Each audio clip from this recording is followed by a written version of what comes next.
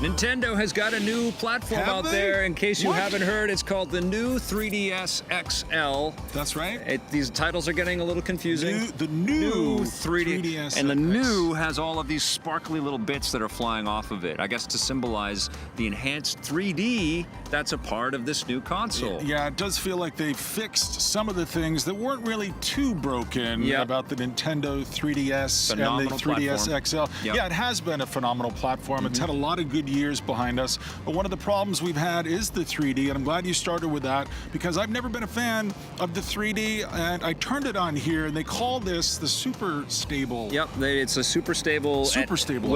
With face camera technology. The face tracking actually does a really terrific job of keeping the 3D stable. You still have to hold the 3DS fairly close. You've got to hold it like you're riding on an airplane or a bus or something like that, and it really does lock. You can feel the thing adjust when you turn your head. You can actually move around a little bit and it will still sort of stay in 3D. And I gotta be honest, the thing that sold it for me, Majora's Mask looks incredible, but when you played Mario Kart 7 on this thing with the 3D, it's amazing, and it makes the game feel fresh. I have never been a fan of 3D gaming ever, not even remotely, but when I loaded this thing up and I got it going, I did the little demo on the touchscreen at the beginning, and I just thought, I don't know.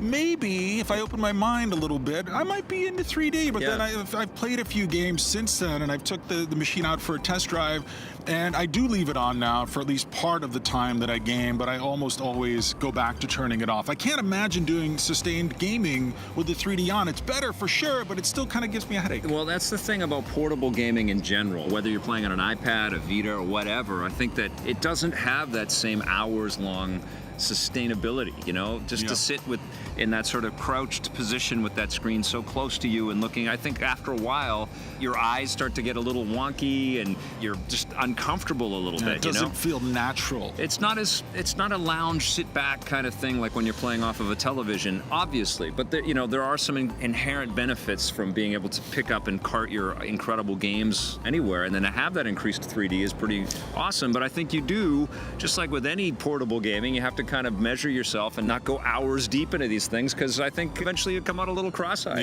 You know, one of the other things that I like about this, there's a lot of things that I like about this. I think it's a sexy machine. I was really happy to get it. They haven't really increased the CPU power all that much here. A little bit, but that's not really what this is about. What they did change is the internal cards.